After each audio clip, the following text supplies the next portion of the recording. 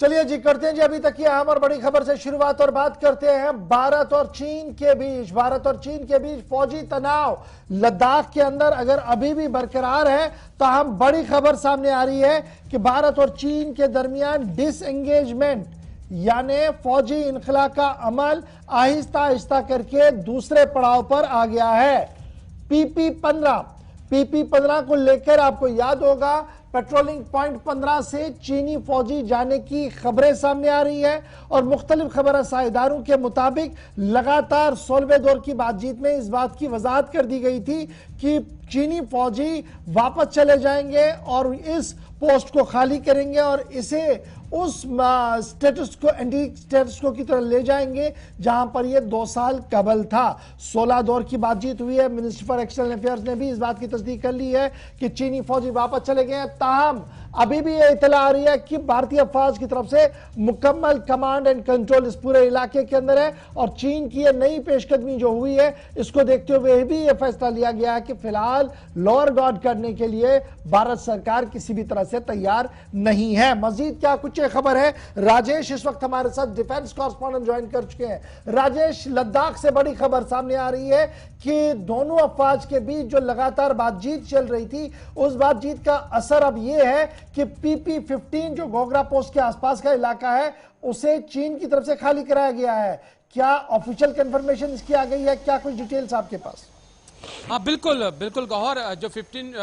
पीपी-15 का जो इलाका था उसे खाली कराया गया है। डिसएंगेजमेंट की प्रक्रिया 12 तारीख को यानी कि पिछले कल जो है वो पूरी हो चुकी है। दोनों देशों की सेनाएं पीछे हट चुकी हैं। 2-3 सवाल लेकिन बड़े अहम हैं जिनका जवाब अभी तक मुझे नहीं मिला है। क्या पीपी-15 से चीन जहां पीछे हटा है और जो क्या वहां पे जो इलाका था वहां पे बफर जोन बनाया जाएगा नहीं बनाया जाएगा, अभी इस पे कोई बात क्लियर नहीं हो पा रही है। और अगर जो बफर जोन बनाया जाएगा क्या वो जिस इलाके में चीन आगे बढ़कर आया था यानी कि हमारे इलाके में उसे बफर जोन घोषित किया जाएगा, इसको लेकर भी अभी तस्वीर साफ नहीं है। इसका हमें इंतजार करना होगा। लेकिन एक कह सकते हैं कि 2 साल भारतीय सेना वहां पर खड़ी रही, अड़िग रही और उसके बाद 2 साल के बाद जो है चीन को finally Gogra post hot spring से पीछे हटना पड़ा है। लेकिन इसके पीछे बहुत सारे एक बड़ा अहम कारण है, वो एससीओ नजर आता है गौहर, जहां पर पीएम मोदी जा रहे हैं, शी जिनपिंग भी वहां पे होंगे, व्लादिमीर पुतिन वहां पे होंगे और चीन चाहता है कि किसी भी हालत में कैसे न कैसे करके पीएम मोदी और शी जिनपिंग की मुलाकात कराई जाए ताकि यूरोप को एक संदेश दिया जाए कि एशिया में चीन के साथ भारत का जो विवाद है वो खत्म है और संबंध बहुत अच्छे हैं। लेकिन 2-3 चीजें, एक बड़ी अहम चीज जो कल जिस वक्त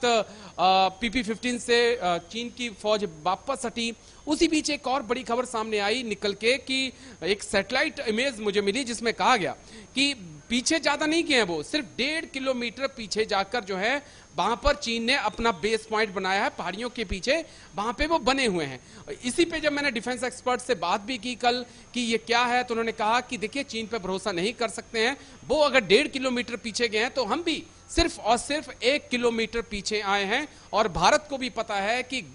गार्ड्स को डाउन नहीं करना है। अच्छा, अब बड़ा इंपॉर्टेंट है ना, ये हम देख रहे हैं कि ये पैंगोंग झील के नॉर्थ और साउथ की बात हो रही है और 2020 के बाद अगर माना जाए तो ये एक पॉजिटिव डेवलपमेंट है, बफर जोन भी अगर बनाया जाता है। लेकिन सवाल ये है कि अब जो हमारा दूसरा मिशन होगा वो ये भी है कि दौलत बेग ओल्डी वाला मामला, क्योंकि वो इसके पास कहीं ना कहीं लगता हुआ नजर आ रहा है, उस पर स्ट्रेटेजिकल पॉइंट ऑफ व्यू क्या कुछ है और भारत सरकार या आपके जो सोर्सेज डिफेंस के अंदर है वो क्या कुछ कह रहे हैं?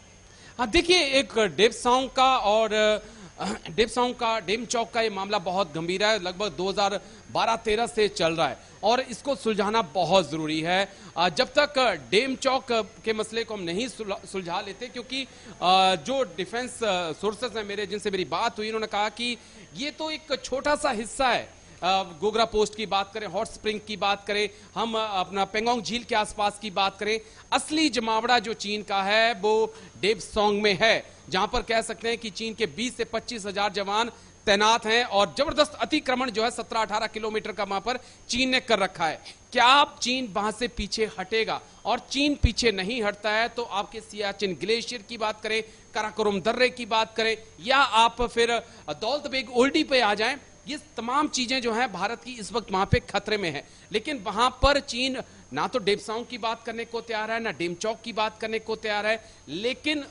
जब और गहराई में हम जाते हैं और जब और गहराई में हम पता करते हैं कि इसका हल क्या हो सकता है, तो डिफेंस एक्सपर्ट ये बोलते हैं कि जब दो बड़े लीडर यानी कि पीएम मोदी और शी जिनपिंग आपस में मिलेंगे तब इस मुद्दे का हल हो हल सकता निकल है। सका। बहुत शायद शुक्रिया वैसे राजेश हमारे साथ ज्वाइन करने के लिए और ये बताने के लिए कि डिसएंगेजमेंट का प्रोसेस कंटिन्यू है। PP-15 से फौजें दोनों तरफ से वापस चली गई हैं, लेकिन अभी भी सवाल बहुत ज्यादा है जिनका जवाब चीन से आना बाकी है। भारत सरकार की तरफ से भी ऑफिशियल ब्रीफिंग थोड़ी देर में की जा सकती है इस पूरे